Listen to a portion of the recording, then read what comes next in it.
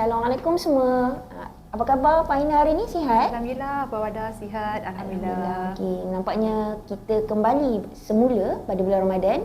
Jadi untuk pada hari ini saya bersama dengan Puan Ina kita akan sembang santai berkaitan dengan makanan selamat dan sihat. Ya, betul Puan Wada ya.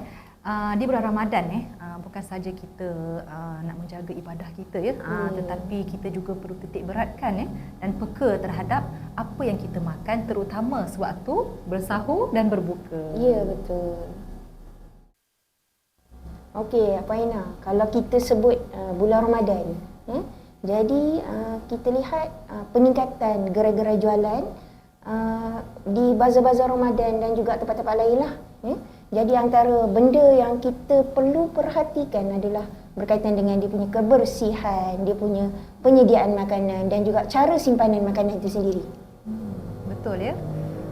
Dan kita tengok makanan yang sedap dan menarik belum tentu selamat. Ya, betul. Jadi kita kena pilih betul-betul supaya kita tidak membebankan diri kita sendiri, tubuh badan sendiri sebab kita tengok apabila seseorang mengalami simptom keracunan makanan seperti muntah-muntah, cirit-birit, hilang selera makan makanya ia akan menjejaskan kualiti ibadah sepanjang Ramadan. Jadi rugilah kita nak berpuasa nak mengimarahkan Ramadan dan terpaksa menghadapi situasi yang kronik sebegitu jadi rugilah sepanjang Ramadan kita tu.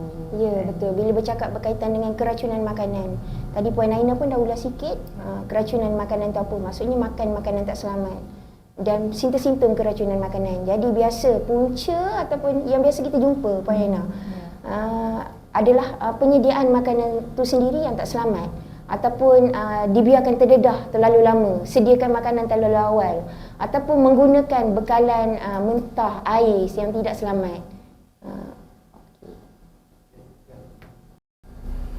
Okey, baiklah Puan Wada. Semasa berbuka, apa yang kita nak makan? Tu soalan yang sering kita tanya kan. Okey. Untuk orang kata untuk mendapatkan pemakanan yang sihat Okey. Jadi kita sarankan semasa berbuka kita ambil sunnah kurma bersama dengan air kosong. Jika boleh elakkan mengambil air manis semasa kita berbuka.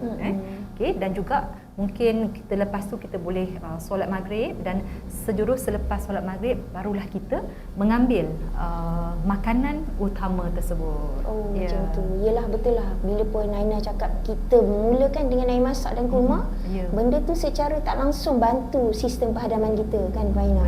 Jadi kalau kita makan manis, makan pedas, jadi benda tu dia akan mengganggu sistem dan buatkan perut kita jadi tak selesa. Jadi jangan lupa juga untuk menerapkan konsep suku-suku separuh mengikut konsep pinggan sihat Malaysia di mana suku pinggan kita isikan dengan kumpulan karbohidrat nasi, mi, bihun, kuih tiaw, spaghetti, makaroni contohnya. Suku lagi di pinggan kita isikan dengan kumpulan protein ikan, ayam, daging, telur, kekacang dan separuh pinggan kita isikan dengan sayur-sayuran dan buah-buahan yang tinggi dengan serat, vitamin dan mineral untuk kebaikan tubuh badan kita. Ya, jadi jangan lupa amalkan pinggan suku separuh. Okey Pak Ina, bila bersahur biasanya akan ada isu-isu berkaitan dengan keselamatan makanan lah. Terutama makanan yang kita simpan malam tadi dan untuk kita gunakan waktu sahur ni. Jadi antara tips atau kita panggil keselamatan makanan apa dia? Pertama sekali, makanan tersebut kita kena panaskan dengan sempurna lah. Panaskan dengan sempurna apa tu? Mendidih dengan betul lah supaya makanan tu betul-betul mendidih. Okey, kemudian kita simpan dengan betul dan pastikan makanan tersebut tak basi dan kita gunakan diri kita lihat, hidu dan rasa. Lihat, hidu dan rasa. Ya, betul. Okey, itu dari segi keselamatan makanan kan. Okey, jadi kita tengok untuk pak sahur juga So apa yang kita nak makan ketika bersahur. Tadi Puan Wada cakap untuk keselamatan makan, makanan kan. So yang ni kita tengok apa yang lebih sihat untuk kita ambil ketika bersahur kan. Jadi untuk untuk menjaga kesihatan yang baik kan, semasa sahur ni kita pilihlah makanan yang mengenyangkan. Ya. Contohnya makanan yang mengenyangkan ni adalah makanan yang tinggi serat seperti nasi, kumpulan karbohidrat nasi, mi, bihun, kuih tiaw, kumpulan bijirin bersama dengan protein telur, ikan, ayam dan juga sayur yang tinggi serat supaya kita kenyang lebih lama. Jika boleh elakkanlah bersahur dengan ambil makanan yang terproses kerana apa? Pertamanya makanan terproses ni adalah tidak bagus untuk kesihatan kita kerana mengandungi lemak dan garam dan yang tinggi dan bahan berasi yang tinggi dan juga dia pun tidak mengenyangkan kita pun.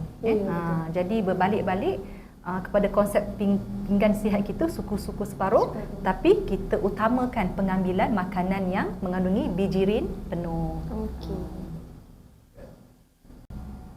Okey, nampaknya Pak Ina sampai di sini saja perkongsian kita pada hari ini. Banyak tips-tips yang kita dah kongsikan supaya penonton kita dapat memilih atau mengamalkan makanan yang sihat dan juga makan secara selamat. Ya, okey.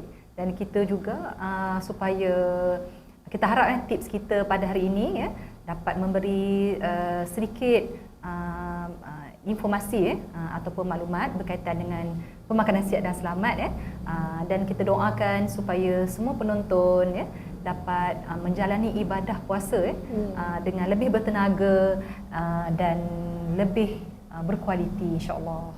Okey, selamat menjalani ibadah puasa daripada kami. Pilih makanan yang selamat, sihat dan elakkan pembaziran. Terima kasih.